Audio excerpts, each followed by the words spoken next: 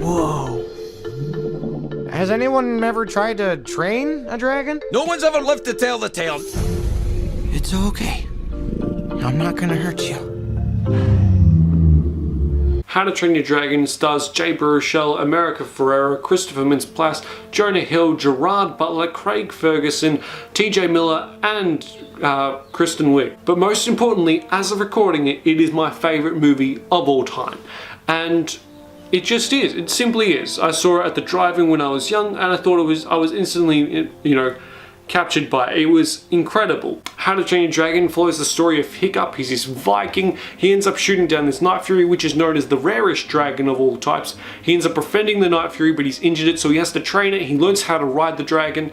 Then he, whilst also, learning how to become an actual Viking back home. And it all comes to a head where, Hiccup must decide whether to, run away with the dragon and ride it forever, or, become a Viking and live up to the image that everyone wants him to be. Even just to say the least, this movie is my favourite movie, and I do think it is justified by how fucking brilliant it is. Let's start off with the characters. The character designs for them all are both all incredibly unique and identifiable. Even through just silhouette, you can tell instantly by which character who it is, and it somehow seems to resemble what each character's personality is, with the twins being indecisive and, really getting into each other, and, and Hiccup being basically, physically, he is the odd one out for being how small and weak he looks compared to every single other Viking. Really hits the hammer home that he is different to everyone else. The same can be said just purely by the dragon design. So you can apply the same thing to, each dragon. Basically, they each reflect the kids at some point. The hideous Zibbleback looks like the twins. The Night Fury is the one and only thing that is different to every single other thing, just like Hiccup. It is incredibly well thought out by how the design of the characters are and how it sets up their dynamics with each other. The score is also mind-blowingly fantastic. It was nominated for an Oscar, but it didn't win the Oscar. Which is what? What do you mean this did not win the Oscar? It is, how you say, fantastic. But no, it is by far one of the most fantastic scores, and it pretty much gives John Powell, who did the score, a lifetime excuse to do anything.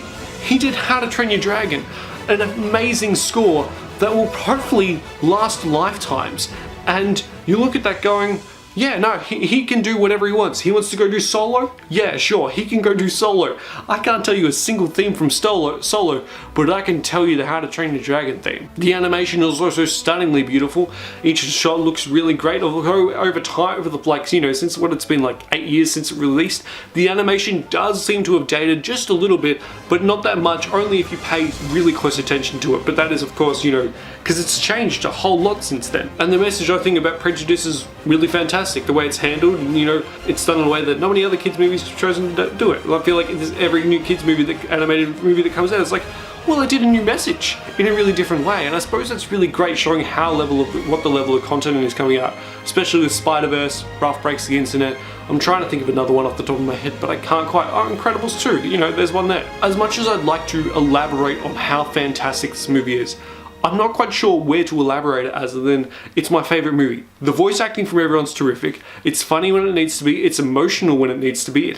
It clearly shows how it has stakes. The score is amazing. The cinematography is brilliant. The character animation and designs is amazing. The sound design is beautiful. The dragons are fucking awesome. And it has Gerard Butler in it. What more could you want? Aside from a Pitbull cover of Toto's Africa, which of course we all know is the reason why Aquaman was so brilliant. Legitimately though, I can't tell whether I want to hate that or I want to love that. I don't know where else to point out with How to Train Your Dragon why I love it, other than I love it. I am so out of my mind excited for the third one.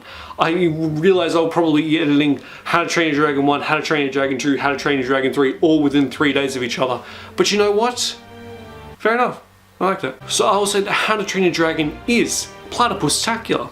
Have you seen How to Train Your Dragon? What did you think of it? Let me know in the comments down below. Like the video if you enjoyed it, and subscribe and come on to the Platypus, and I'll catch you guys later. Bye. Well done, you made it to the end of the video. Why don't you click on one of these 2 videos for more content, or subscribe, so just be reminded of when I upload. So subscribe. That'd be great.